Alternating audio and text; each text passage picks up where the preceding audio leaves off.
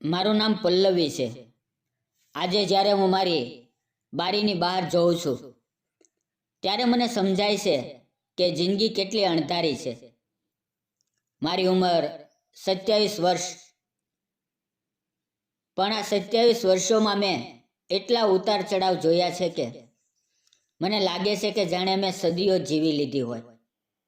મારા લગ્ન આકાશ સાથે થયા હતા. આકાશ નામ જેવું જ તેનું વ્યક્તિત્વ હતું, વિશાળ અને શાંત.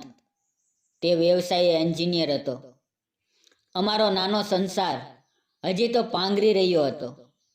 અમે સાથે ભવિષ્યના સપના જોતા હતા, પણ એક કાવમુખા અકસ્માતે બધું જ છીનવી લીધું.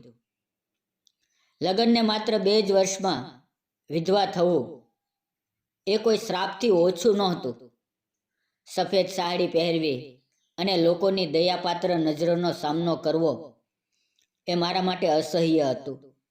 મારા સાસરિયામાં બધા સારા હતા, પણ તેની આંખોમાં જે બિચારી હોવાનો ભાવ હતો તે મને ગુંગવાવતો હતો. મને એવું લાગતું કે જાણે મારી આસપાસની હવા પણ ભારે થઈ ગઈ છે. આખરે મેં એક મક્કમ નિર્ણય લીધો. મારે કોઈના પર બોજ બનીને નહોતું જીવવું. હું મારા પિયર એક નાનકડા નગરમાં પાછી ફરી, પણ ત્યાંના લોકોની વાતોએ મારો પીછો ન છોડ્યો. અંતે મેં શહેરની બહાર આવેલી એક મોટી નર્સરીમાં કામ કરવાનું શરૂ કર્યું. મારે બસ શાંતિ જોતી હતી. તે નર્સરી જાણે એક અલગ દુનિયા હતી. ચારે બાજુએ હરિયાળી, ફૂલોની સુગંધ અને પક્ષીઓનો કલરવ. ત્યાં જ મારી મુલાકાત આર્યન સાથે થઈ. આર્યન ત્યાં પ્લાન્ટ એક્સપર્ટ તરીકે કામ કરતો હતો. તેનું વ્યક્તિત્વ કંઈક અલગ જ હતું.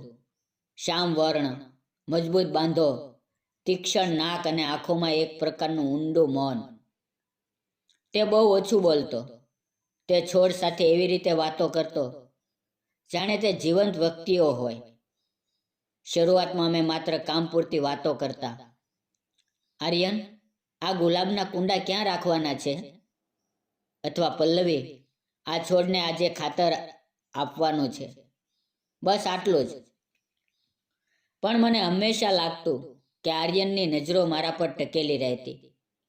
તે મને નિહાળતો, પણ તેની નજરમાં શાહુકાર જેવી લાલચ નહીં, પણ એક અજીબ આદર હતો.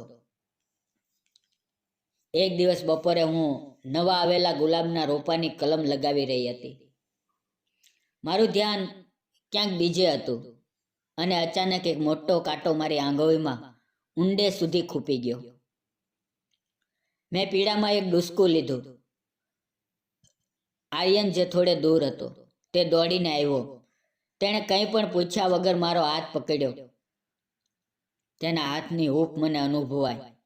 તેણે બહુ સાવચેતીથી કાંટો કાઢ્યો અને તેના ખિસ્સામાંથી સફેદ રૂમાલ કાઢીને મારા ઘા પર બાંધી દીધો.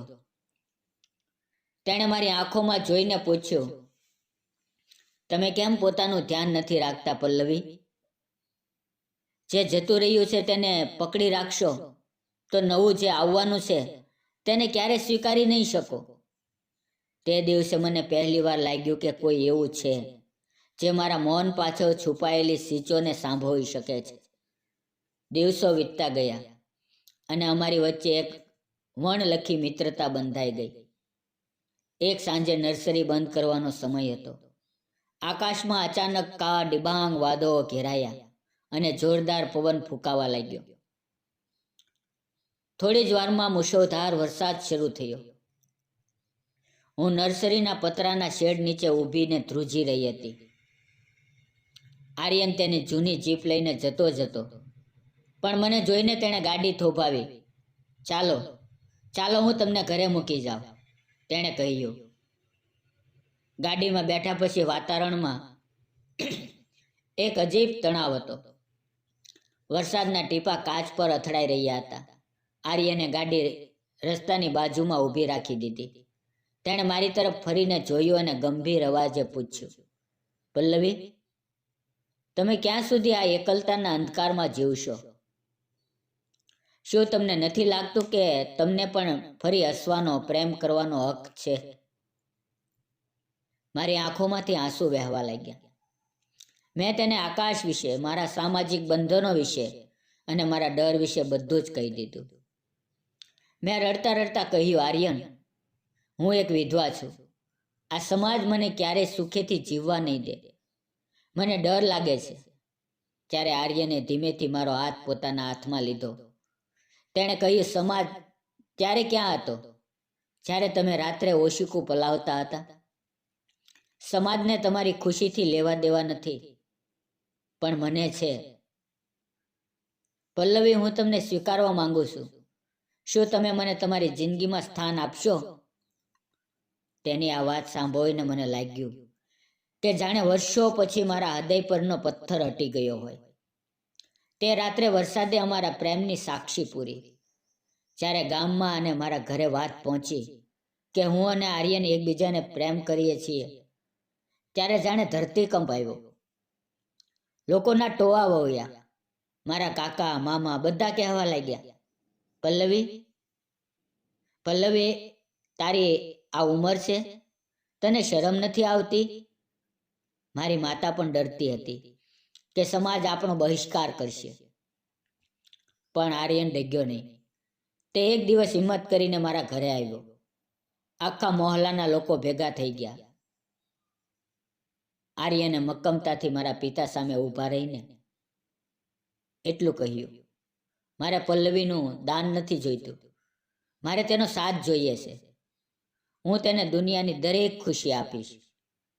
જો તમને વાંધો ન હોય તો અમે અહીંયાથી જતા રહીશું, પણ હું પલ્લવીનો હાથ ક્યારેય નહીં છોડું.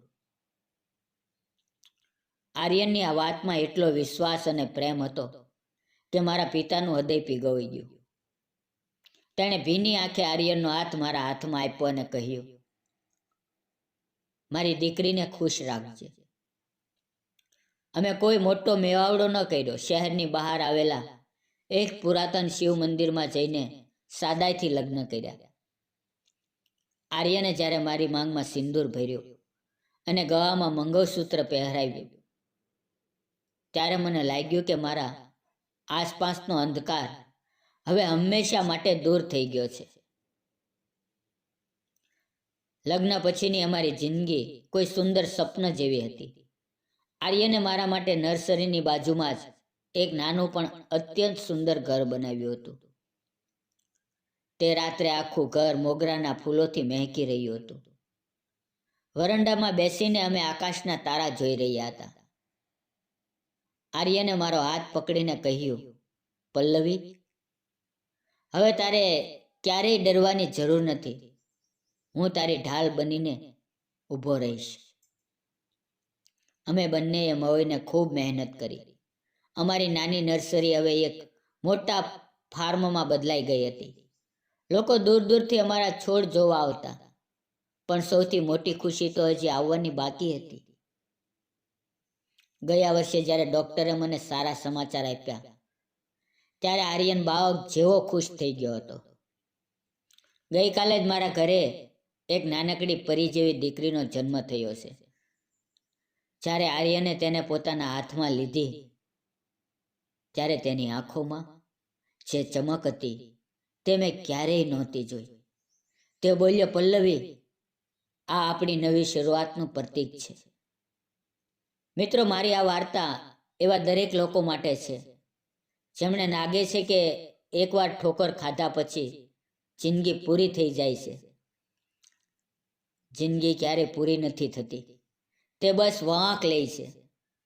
સમાજ શું કહેશે એ વિચારશો તો ક્યારેય પોતાની ખુશી નહીં શોધી શકો. પ્રેમ કરવો એ પાપ નથી, પણ પોતાની જાતને દુઃખમાં રાખવી એ સૌથી મોટું પાપ છે. તમને શું લાગે છે? શું મેં અને આર્યને લીધેલો નિર્ણય સાચો હતો? જો તમારા જીવનમાં પણ આવો કોઈ પ્રસંગ બન્યો હોય તો મને જરૂર જણાવજો. પ્રેમ, વિશ્વાસ અને હિંમત હોય તો ગમે તેવી પાનખર પછી પણ વસંત ખીલે જ છે. મિત્રો, વિડીયો ગમ્યો હોય તો વિડીયોને લાઈક, ચેનલને સબસ્ક્રાઈબ કરવાનું ન ભૂલતા. ફરી મળશું આપણે આવતીકાલે નવા વિડીયોની અંદર. ત્યાં સુધી આવજો. વિડીયો પૂરો જોવા બદલ ધન્યવાદ મિત્રો.